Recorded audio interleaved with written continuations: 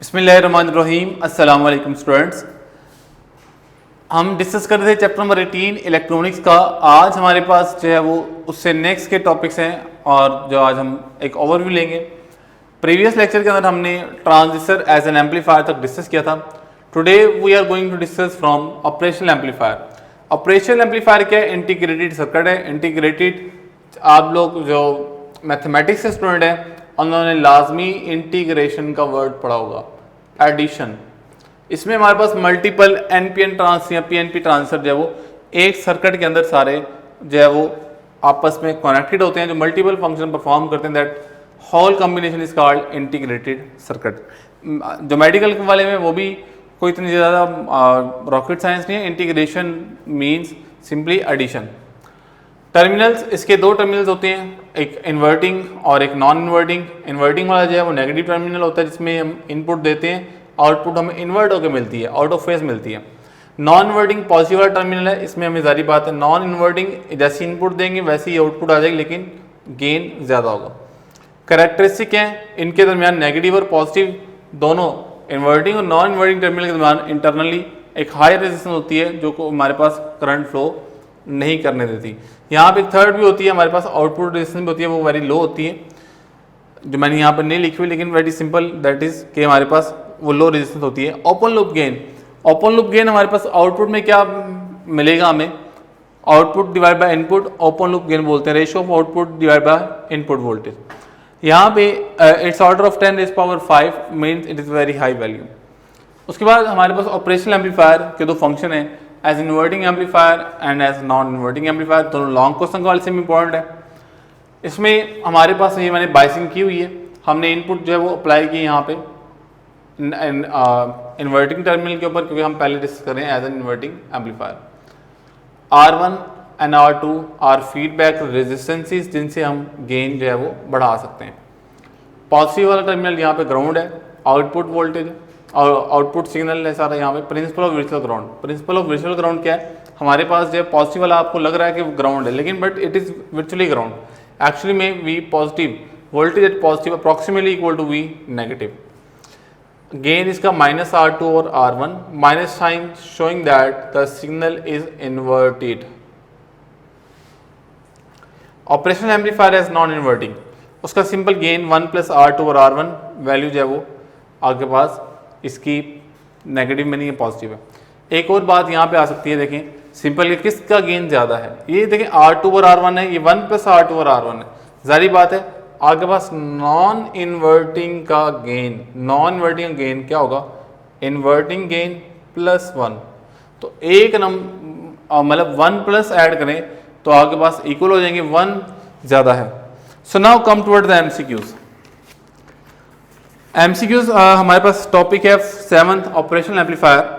Integrated amplifier is known as operational amplifier which is of Charlie. 49 gain of operational amplifier is independent of internal structure. Internal structure में से gain independent होता है, आपको कोई internally इसका function नजर नहीं आ रहा। 50 the open loop gain of N operational amplifier is of the order of 10⁵ which is of beta. The input resistance of N operational amplifier is, input resistance कैसी होती है? वेरी हाई होती है। Topic 9 operation, वैसे तो 8 होना चाहिए। Operational amplifier as non inverting amplifier. For a non inverting amplifier इधर R1 is infinity and R2 is equal to 0 the gain of non inverting amplifier.